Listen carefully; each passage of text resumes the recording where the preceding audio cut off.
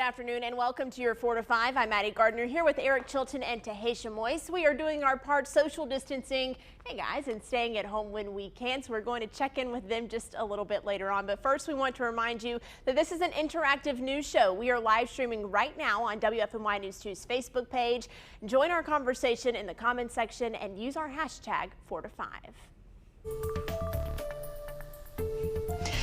The city of Winston-Salem has extended its stay-at-home order. City leaders extended that order through May 7th. So here's what you need to know. That order was originally set to expire on April 16th. Winston-Salem Mayor Alan Joyne says it's possible the city could pull back on the extended order if the pandemic improves. The city is also launching a free transit service starting tomorrow. The free public transportation helps drivers avoid exchanging money and tickets from passengers. Buses will have marked seats for passengers that follow social distancing guidelines. No more than 15 passengers will be allowed on the bus at one time. Plexiglass shields have been installed and cloth masks will be provided for drivers. The number of routes have been reduced so drivers can sanitize buses between trips. Mayor Joyne says more bus drivers could be rehired as demand for transportation rises. In the meantime, Forsyth County officials are deciding to end their stay-at-home order starting Thursday. County residents will follow Governor Cooper's statewide stay-at-home orders. The governor's new order makes it stricter in terms of social distancing guidelines in stores and creates new policies for nursing homes. All things considered essential like grocery shopping, exercising, and getting medicine remain the same. Now let's take a look at the latest coronavirus numbers in our state. State health officials say there are more than 5,000 cases of the virus, more than 100 deaths in our state, and there have been more than 65,000 coronavirus tests completed. Taking a closer look now at the triad, in Alamance County, officials are reporting 41 cases and no deaths. Davidson County reports 86 cases and 2 people have died. In Forsyth County, there are 123 cases. 83 of those patients have recovered, but there have been 4 deaths. In Guilford County, there are 137 cases of the virus and 10 people have died. Montgomery County has 16 confirmed cases and 1 death. In Randolph County, there are 55 cases and 2 people have died. In Rockingham County, there are now 16 cases and 2 deaths. In Stokes County, there are 9 cases and no deaths. Surrey County has 10 cases now and no deaths. In Wilkes County, there are 4 positive cases and 1 person has died. And in Yadkin County, there are 11 cases, but no deaths. Governor Roy Cooper and his coronavirus task force are now working to flatten the curve in North Carolina, but there are still so many questions about the future. WFMY News 2's Alma McCarty had a chance to chat one-on-one with the governor. From right here on my couch, I spoke with Governor Cooper about when we might be getting answers to some of your most pressing questions. Will the stay-at-home order be extended? And will students really head back to the classroom in May? The governor says we should know soon. I think it's going to be very important for us the next 2 weeks to really push hard on staying at home and keeping our social distance and abiding by these restrictions. However, the order runs out at the end of April, and we're going to need to make decisions about whether that order will be extended or whether it will be modified. Governor Cooper says all decisions will be made with public safety in mind. He says lifting the stay-at-home order right now would be irresponsible, but that continuing on this way isn't practical long-term. And we'll be making those decisions soon and announcing a plan to get North Carolina back to work in a safe way and in a way that we know that we can continue to save lives, keep our social distance. This virus is going to be with us until we have a vaccine. So we're going to have a long-term plan about building back our economy while at the same time working to keep people safe. The governor says the decision about school will come soon as well because teachers and students will need to know whether they will be back on May 18th. Coming up, hear more on the governor's plans, plus how he's working to make the process of filing for unemployment less frustrating and more efficient. Alma, thank you. Let's get you caught up now with your 4 to 5 roundup. High Point University is donating items to healthcare facilities. They donated 14,000 masks, gowns, shoe covers, surgical scrub brushes, and alcohol prep pads to Novant Health, High Point Medical Center, Guilford County EMS, the High Point Fire Department, and the Community Clinic of High Point. They also gave about 49,000 non-sterile gloves to local agencies. HPU is providing medical space for local and state facilities, along with equipment, supplies, and space for training healthcare workers like nurse practitioners. A North Carolina group wants the state to reopen business during the pandemic. Reopen NC is a grassroots organization that wants the economy opened no later than May 1st. The group argues that scientific data does not support a longer shutdown, and the state's economy cannot survive the shutdown much longer. Protesters gathered outside of the General Assembly in Raleigh today, and officers arrested a couple of those protesters, saying they were violating executive orders. Health officials warn that stopping social distancing could create a surge in cases and overwhelm hospitals. Well, Google and Apple are working together to build an app that could track coronavirus cases. It would alert anyone who comes in contact with a person who has the virus. App users would have to opt in to a system that tracks nearby phones, and information is exchanged via Bluetooth. So if you have the virus, you'd self-report your diagnosis to the app, and then other users would be notified if they came into contact with that patient. The app is expected to launch in May, but Google and Apple say they plan to install the technology directly into your phone's operating system in the coming months, so you won't have to download anything. They say the tool does not track your location or your identity. Researchers at Wake Forest Baptist Health are now studying COVID-19 antibodies. Researchers are mailing out 1,000 at-home antibody test kits, and participants will prick their finger for a blood sample that will later be used to test for virus antibodies. If they're present in that sample, researchers say the person most likely already had coronavirus. The kits will go out to participants every month, once a year, to track virus population immunity. And the Trump administration says antibody testing has to be free. They want those tests to be covered under health insurance plans and Medicaid. Vice President Mike Pence says he expects those tests to be available soon. Beyond the new 15-minute test by Abbott Laboratories, beyond what we expect to be a new antibody test, which may well be approved by the FDA in just a matter of days. And an antibody test that would be produced at the rate of 20 million tests a month. Researchers and health officials say a better understanding of antibodies could help us reopen the nation in a safe way. The National Weather Service confirms that an EF1 tornado tore through Alamance County yesterday morning. Take a look at this video from our drone Redbird 2. It gives us an aerial view of some damage in Saxapahaw. The NWS says 110-mile-per-hour winds ripped through the southeastern part of the county just before sunrise on Monday morning. That storm touched down about 6:30. It was on the ground for 10 minutes. So, Eric Chilton, that storm, it cleared out pretty quickly, right? We ended up having a nice day yesterday. What's the forecast looking like now?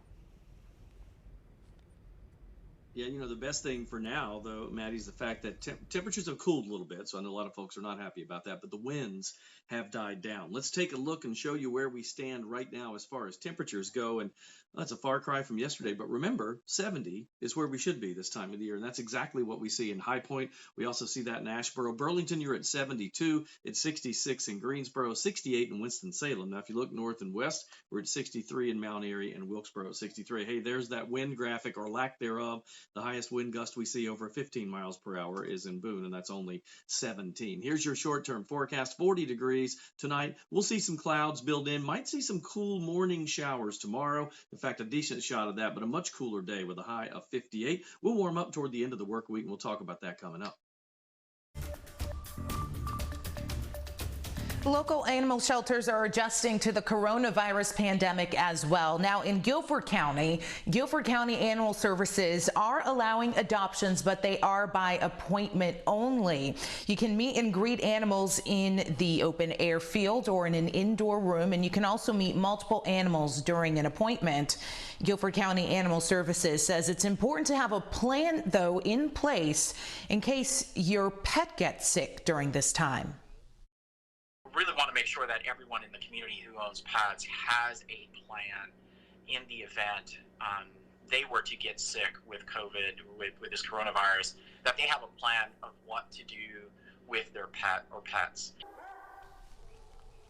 The shelter can take animals on a temporary basis, but they are not accepting surrender pets right now.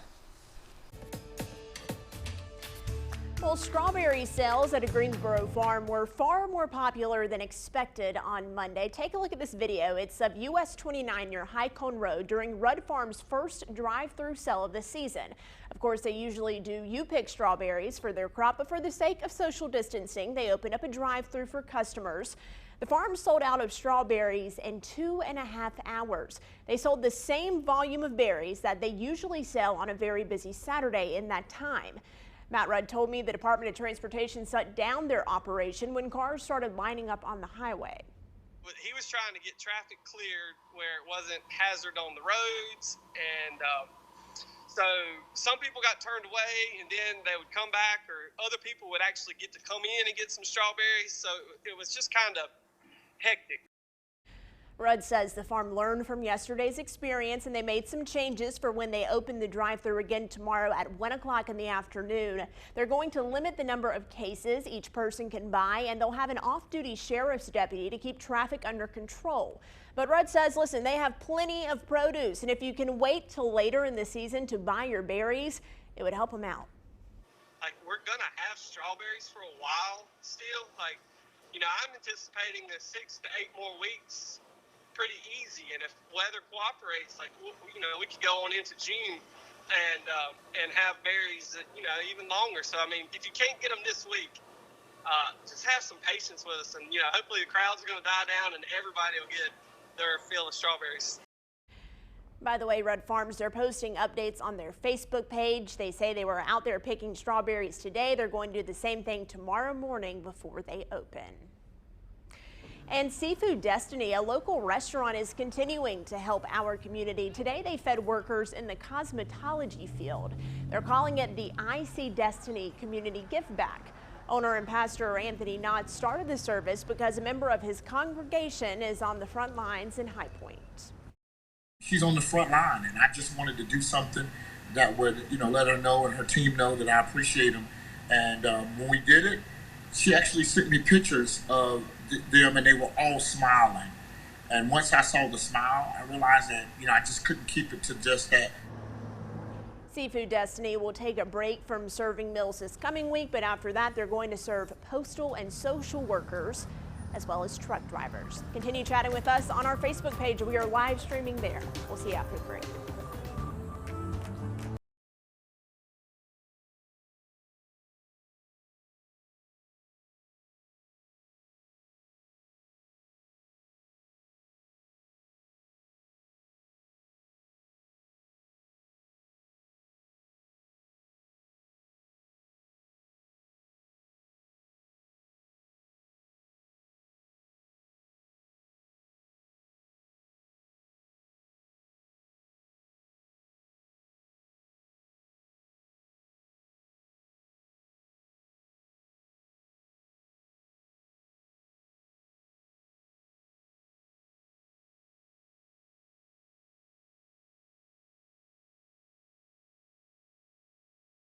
Bro, Mike, 1, 2, 3, 4, 7, 8.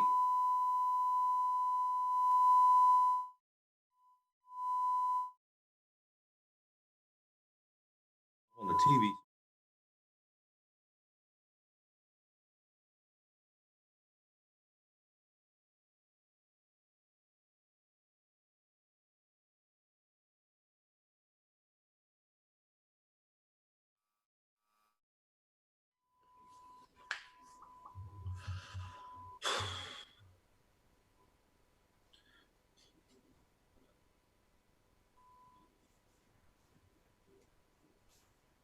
Mic check, 1, 2, 3, 4, 5, 6, 7.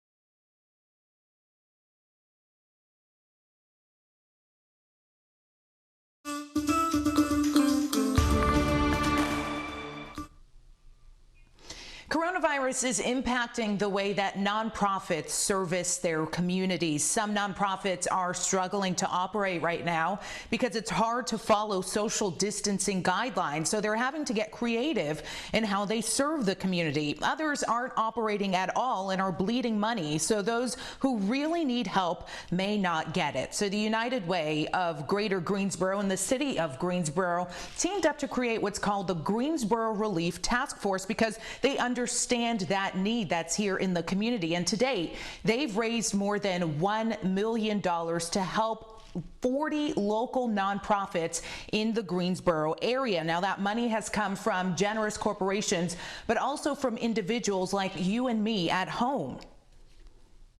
It's very foundational to the American philosophy of community, that there's always a place where you can go and get assistance, and not only because you're low income, but because you need assistance. No one goes through life without assistance, and that's where nonprofits come in. So for the economy and the community to rebound, Michelle Gathers-Clark is the president and CEO of United Way of Greater Greensboro, and she says that it's going to take a combination of state and federal help along with philanthropy. Clark says United Way and the task force is grateful for the support that they've received so far, but they are encouraging those who can give to continue to do so.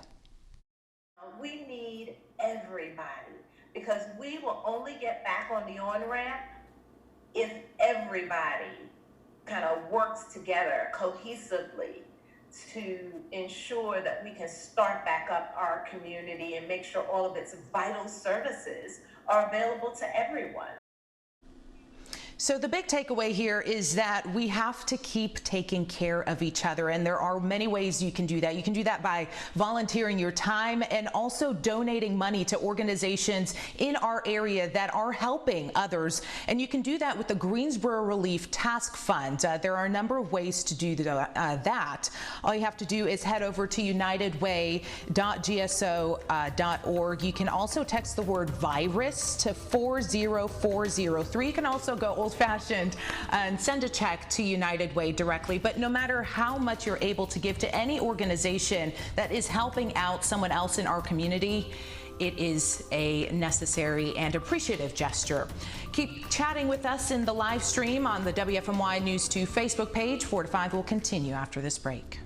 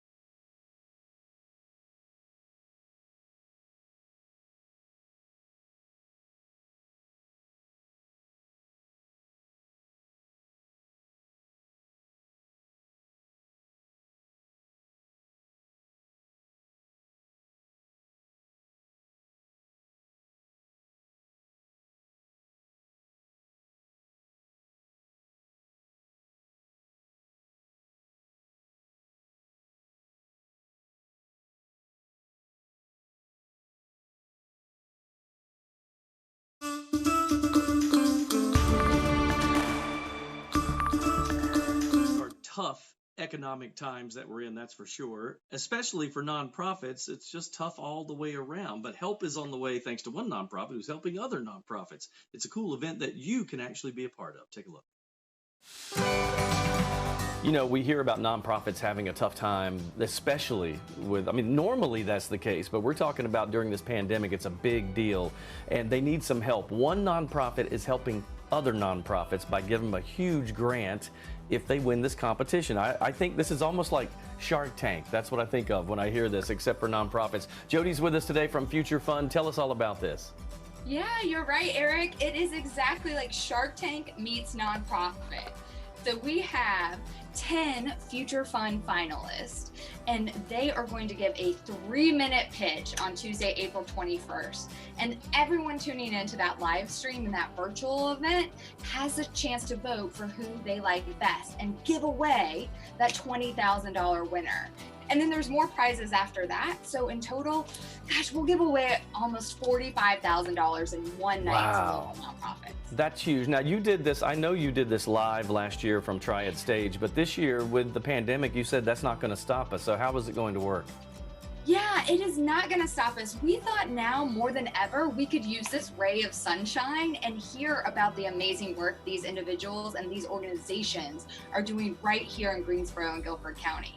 So if you tune in to Facebook at Future Fund GSO, so our Facebook page, or on Vimeo, you can watch the event at 6 p.m. on Tuesday, April 21st. That's so cool. Thank you, Jody. We'll all be there watching on Facebook. Thanks for taking time with us today. Thanks. I can't wait to have you. You know, in all total, though, the grand prize winner gets $20,000, but they give away up to $40,000 to great nonprofits. You should check it out. I was there last year. All right, we're going to take a short break, and we're coming right back. Stay there. More 4 to 5 coming up.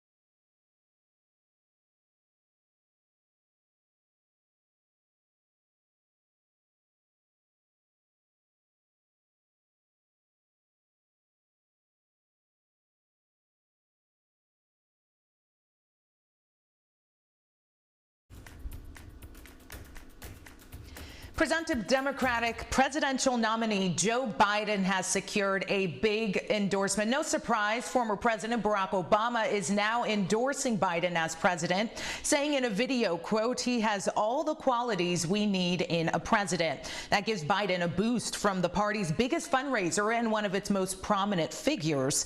Obama and Biden are known to be close friends from their 2 terms in the White House together, and Biden leaned heavily on his affiliation with Obama throughout the Democratic primary. Biden has also secured the endorsement of former opponent, Senator Bernie Sanders. All right, let's talk about our forecast and some changes for us. We have more rain on the way, but it will not be in the form of thunderstorms, and it's about a 50% chance. We don't get that until tomorrow morning. We think maybe late overnight into the wee hours. Planning forecast goes like this: 40 degrees. That is your overnight low, so you'll feel that temperature in the morning.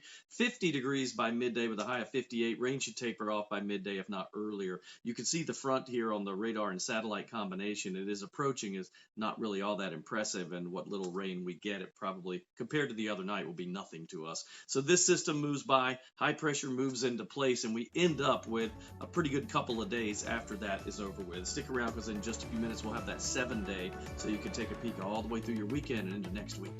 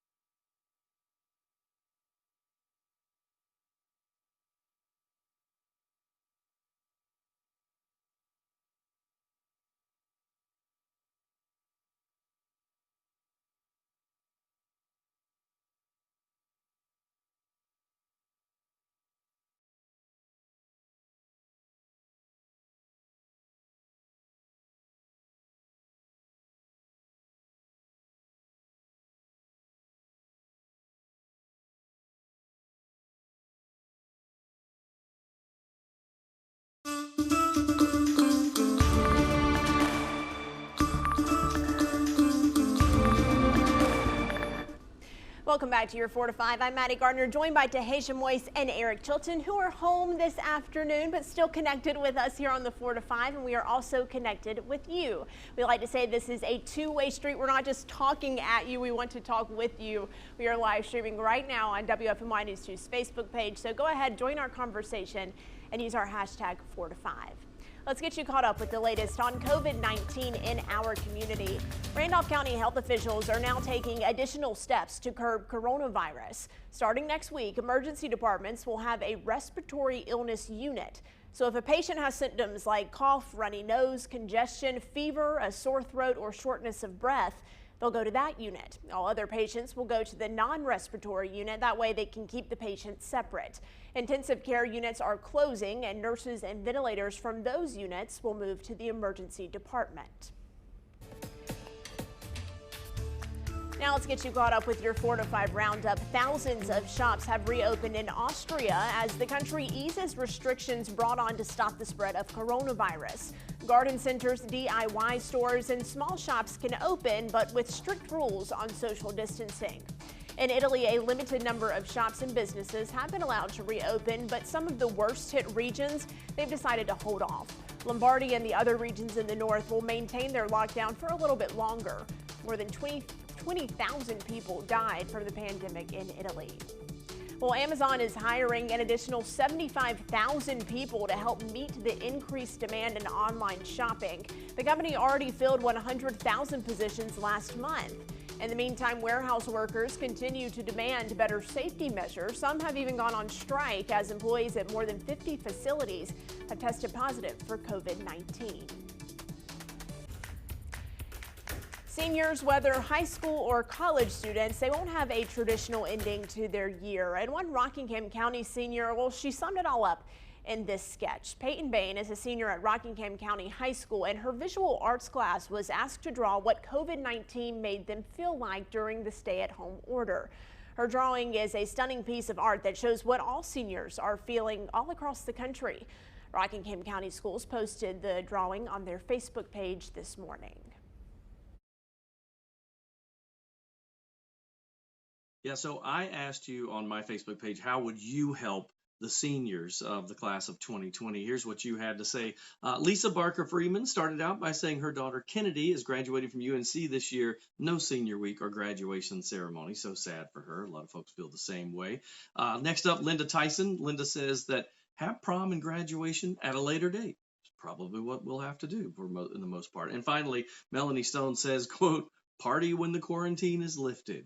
With caution, I might add. But those are some of the answers, and a lot of the folks, the other answers too, they were all saying the same thing. Let's just get it done later, do the graduations and proms. You know, some kids miss prom too, so we have to do that as well at a later date. Yeah, it's really hard to put yourself in their shoes right now and think about what if my prom had been canceled? What if I didn't get to walk across the stage for high school or college graduation? I mean, it's just such a traditional part and something that people really look forward to. So it is heartbreaking that these seniors are experiencing this. But like you said, Eric, I hope that the schools are able to do something a little extra for them later on.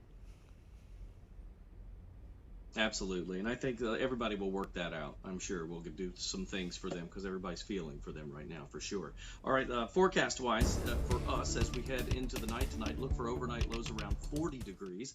We will see a few chilly morning showers. That possibility exists. Will they be heavy? You know, sporadic here or there, but I don't think it'll be long-lasting. That front is very, very thin, and there's just not a lot of rain with it, and the mountains will take some of that moisture too. But look for a morning shower. High temperatures tomorrow is substantially cooler than where we have been. I mean, goodness, we were close to 80 degrees the other day, and now here we are at 58. That's for Wednesday. Thursday, Friday, warming up a little bit, lots of sunshine, 64 on Thursday, 69 on Friday. A slight rain chance Saturday, but I don't think that ruins the weekend at all. On 67, we're at 65 with a 40% chance of rain on Sunday, and Monday, Tuesday, partly cloudy. Highs approach 70 degrees again, 68 Monday, 70 on Tuesday. In your national news, the California Governor Gavin Newsom is set to announce plans on how and possibly when coronavirus restrictions will be lifted in his state. On Monday, Newsom announced a pact with Oregon and Washington states, saying they'll be working together to reopen their economies while continuing to control the coronavirus outbreak. Governor Newsom said his decision will be driven by facts, evidence, and science. On March 19th, Newsom was the first governor in the country to put in place a stay-at-home order in an effort to slow the spread of the outbreak. Now, in the meantime, President Trump is putting together his own council with hopes of reopening the country soon. Now, the president is expected to announce a new task force dedicated to this as soon as today. But what it will look like and what it will do remains unclear. The president says that the decision to reopen the country lies with him and not with council, local officials, or even state governors. But many political experts say that's not quite right. Thanks, Asia. And in world news, Asian countries are concerned about a second wave of coronavirus there. Let's take a closer look at this. Domestic case numbers are down in Asia, but the new threat is cases coming from travelers as people return to their home countries. Infections that originated from other places make up from most of the newer cases in Asia. In China, the big concern is reinfection after they lifted the lockdown in Wuhan. That's where the virus first started. A doctor reportedly spread the virus to colleagues after coming home from that city.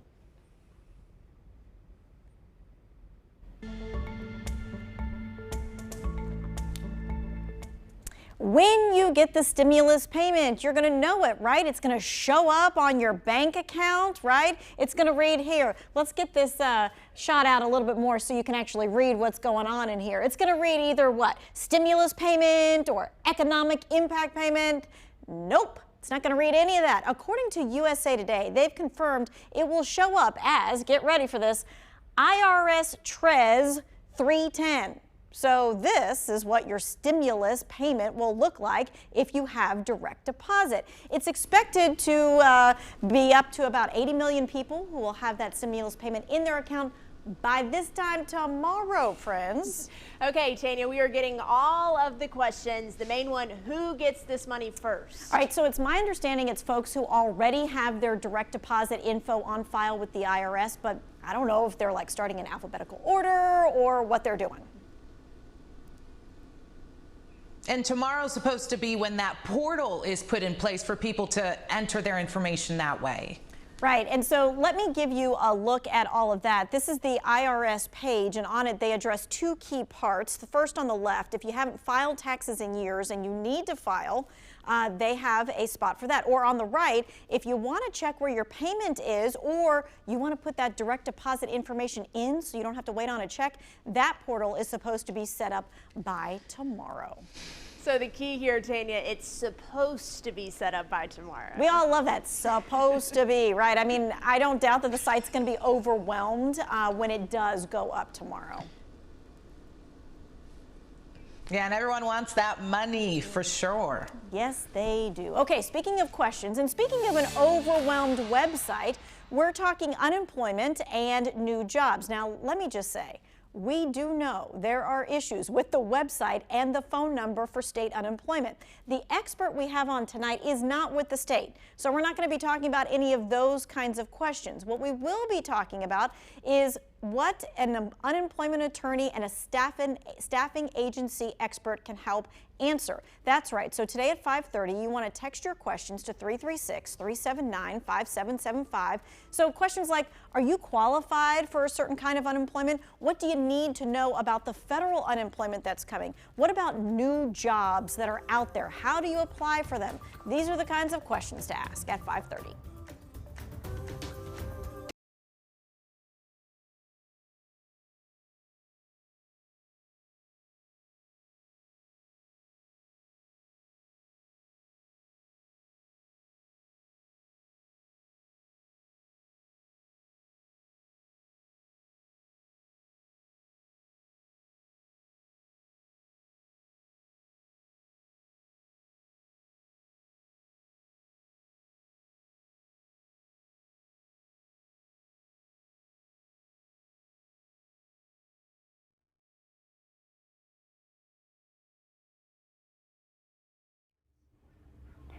Hi there, 1, 2, 3, 4, 5, 6, 7.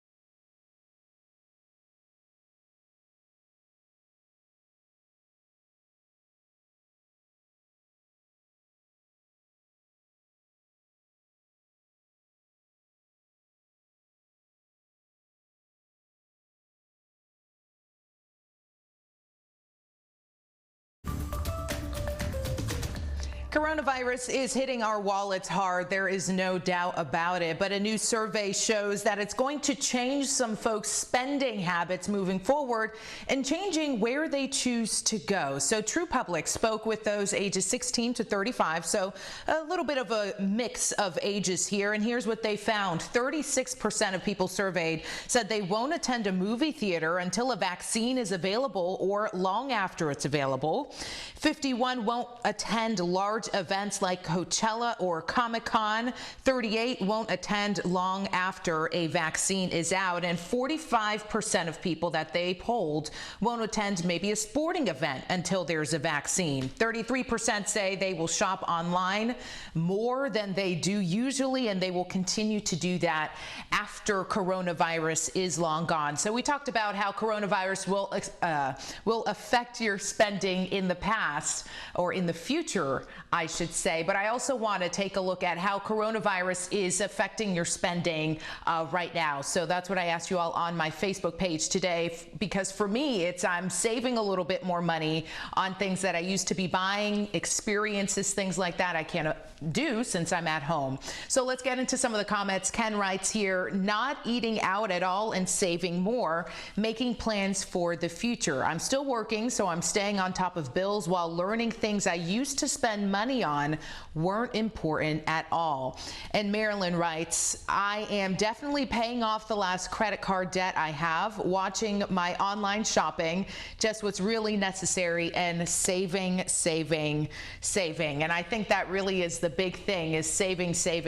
I actually took some time yesterday, Maddie, yesterday evening to kind of write out, okay, what was I spending my money on initially? And then I was like Ken, and I realized that a lot of what I was purchasing, before coronavirus hit was kind of unnecessary things that I can live without. So now my budget kind of moving forward has been changed for the better. That's interesting. I don't know about dollar amounts if I'm saving or spending more, but I will tell you that it has changed a lot. I'm now spending money on deliveries for food, grocery delivery. I've become really dependent on grocery delivery at this point, but it is just so convenient. And, I'm trying to support those local businesses, right? So once our economy reopens, we won't have as long of a way to catch up. Yeah, and one thing that I noticed too is people are cooking a lot more. So as you go to the grocery store and you're like, why is everything out? Well, it's because they aren't getting maybe those 2 meals that they would get outside of their office. And so they're now having to cook everything, and you're at home all day just eating everything. So it's just a kind of another layer to that grocery store trip that you may not realize why things aren't there that usually are there. That's a good point, Tahisha. Thank you so much. Some interesting comments on that as well. All right, well, did you know that it is National Telecommunicators Week? We'll simplify that title for you. We're celebrating people who work as dispatchers for law enforcement. Now, the week was first celebrated at a sheriff's office in California. That was back in 1981, but it was quickly adopted in Virginia and North Carolina. In 1994, National Public Safety Telecommunicator Week was formally recognized, and it's celebrated each year during the second full week of April. It coincides with the National 911 Education Month. So obviously those dispatchers, they are considered essential workers. You've heard that term probably a lot in the last month, essential workers, essential jobs. But should those essential workers get hazard pay? I asked you on my Facebook page. Tina said, absolutely. If you're putting yourself at risk daily to help others in any way, you deserve hazard pay. Devin Whitmer said it would depend on what they did. Honestly, some essential business, not really essential. But I definitely think medical workers, first responders, military, and grocery workers should get it. Jerome Smith said, no, I'm an essential worker, and doing my job now is no different than during flu season. I work around people with all different kinds of infectious diseases. It's a wonderful idea, but it's not necessary. And finally, Lais said, as a nurse, yes. So, of course, Chilton, we've talked about the Heroes Fund that Democratic congressional members are working on. They want this to be passed so that those essential workers could get $25,000. I mean, I can't really think of anybody else who deserves it. At this point, I know we have so many bonuses and extras that we're trying to help everybody, small business, big business, airlines, and I think at this point the country just does everything it can just to get us through this. On the other side, we'll figure it out economically on the other side, I think, and well, I mean, if any country can get through this, it'd be us. Yeah, and I don't know that I feel one way or the other about the payments or any kind of hazard pay, but I do know that we owe them a debt of gratitude, and we are extremely thankful and appreciative of everyone who is working to keep us safe during this time. Yes, absolutely. All right, we're going to chat a little bit about temperatures because we have seen a big difference in temperatures from one day to the next, haven't we? A lot of folks walked out this morning and they were like, whoa, it's a little chilly today. And yes, it was and will be for another day or so. It'll take us till the end of the week to start warming back up to get within a couple degrees of where we should be this time of the year. Right now, 66, that's not all that bad. In Greensboro, it's 71, though, in High Point and Asheboro. When you look at our forecast in the short term, 40 tonight for the low, and that means tomorrow morning. You'll see that 58 for the high. And as we head with a morning shower or two, I know that'll be a chilly shower, but everything will change after that. We'll see a gradual warming trend as well. Just know, I'll show you the planning forecast to let you know that if we see the rain at all, it will be the first half of the day and not constant. I think it'll be a sporadic shower, hit or miss here or there. You can see that front. It's just not all that impressive. We are definitely not looking at anything in the way of thunderstorms. Long range forecast after that tomorrow, we warm it up again, 64 and 69 with sunshine Thursday, Friday. Variably cloudy this weekend, mid to upper 60s. A better rain chance on Sunday than Saturday. Coming up on WFMY News 2 at 5, we've all had to make changes to follow social distancing guidelines and executive orders to flatten the curve against the coronavirus, including law enforcement. We talk with Triad officers about protecting, serving, and keeping the public safe while also staying safe themselves. That's coming up on WFMY News 2 at 5.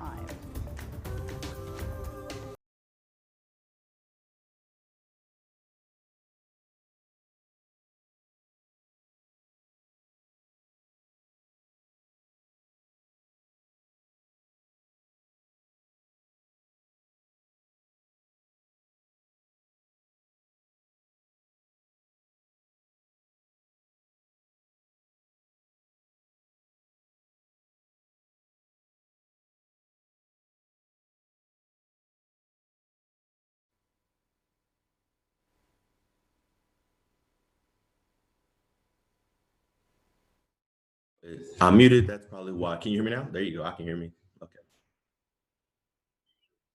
Tasha?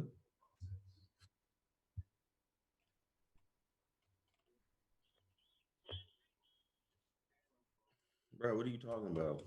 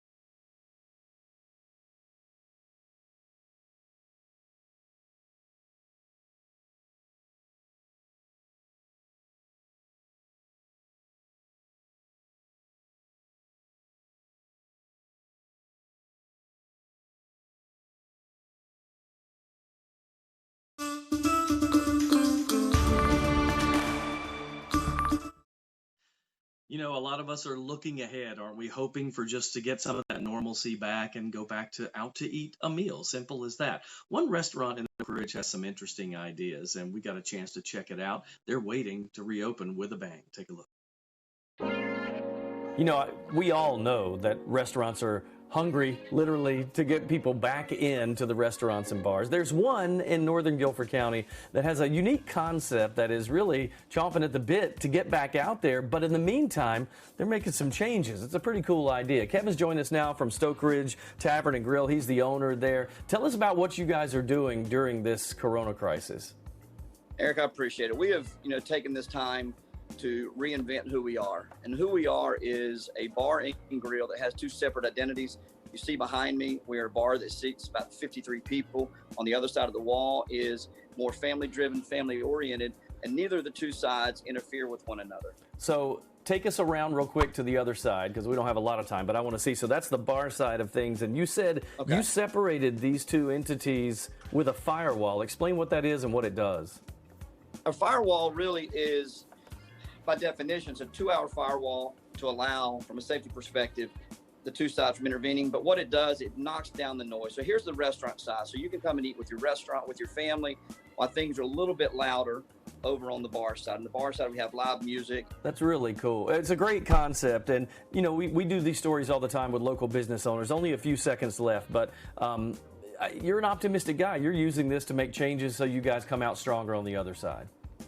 That is correct. I'm excited. We're doing a lot of new things. We're reinventing ourselves. And we've had the first 9 years. I'm excited about where we're going after this, Eric. That's great. All right. Thanks, Kevin. Of course, they're still doing takeout and delivery and all that stuff. So thanks for being with us today, Kevin.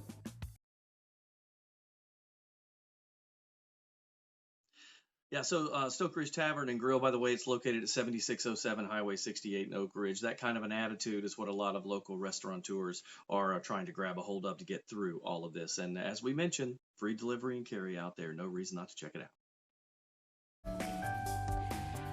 Well, we all are looking for reasons to smile, and one thing that we can probably all agree on is food, right? So we ask you on the WFMY News 2 Facebook page to share triad restaurants that you love who are offering delivery or takeout or both, and use the hashtag #2tasty. So digital guru Jalen Gilkey is joining us. He's going to give us some of your suggestions, but honestly, Jalen, you've been whipping up steaks and like pan-searing stuff.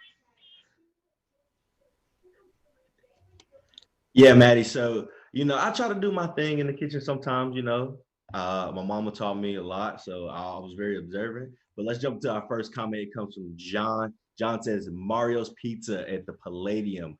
Charity, she says, in Kernersville, her two favorite spots are Mikasa and 66 Grill and Tap. And then Ann, she said in Lexington, her favorite spot is Smiley's Barbecue in Lexington. And then Kayla, her favorite spot is Jason's Deli at Friendly Center. And I'm a frequent flyer of Jason's Deli. I love their sandwiches. And then Melissa, she says, none. Don't let others cook our food. I cook better than most restaurants anyway. And I 100% agree with you, Melissa. I feel the same way. I'm a 5-star chef in a 1-star apartment. Okay, Jalen, tell the people what you give me a hard time about making too often. Too many eggs, too high in cholesterol, you're going to hurt yourself. Only thing I know how to make. All right, keep sharing your favorite restaurants with us. Use that hashtag #2tasty. We'll be right back.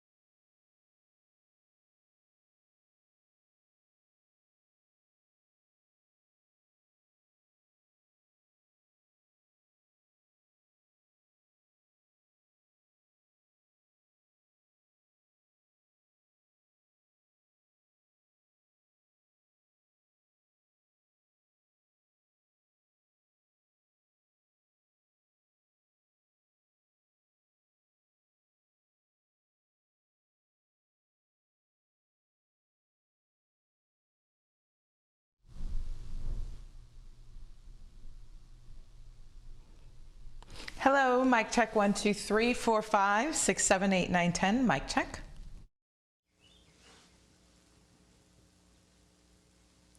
Hey there, mic check 1, 2, 3, 4, 5. 1, 2, 3, 4, 5. Mic check. Great.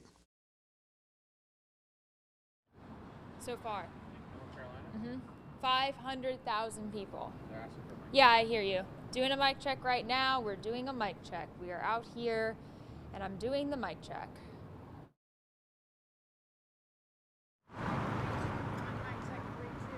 I am right here in front of the Guilford County Sheriff's Office. Mic check, mic check.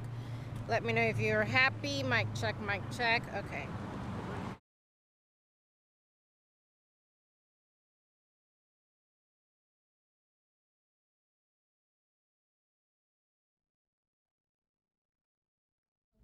Hello, ice cold milk and an Oreo cookie. Hi, Callie. 1, 2, 3, 4, 5, 6, 7, 8, 9, 10.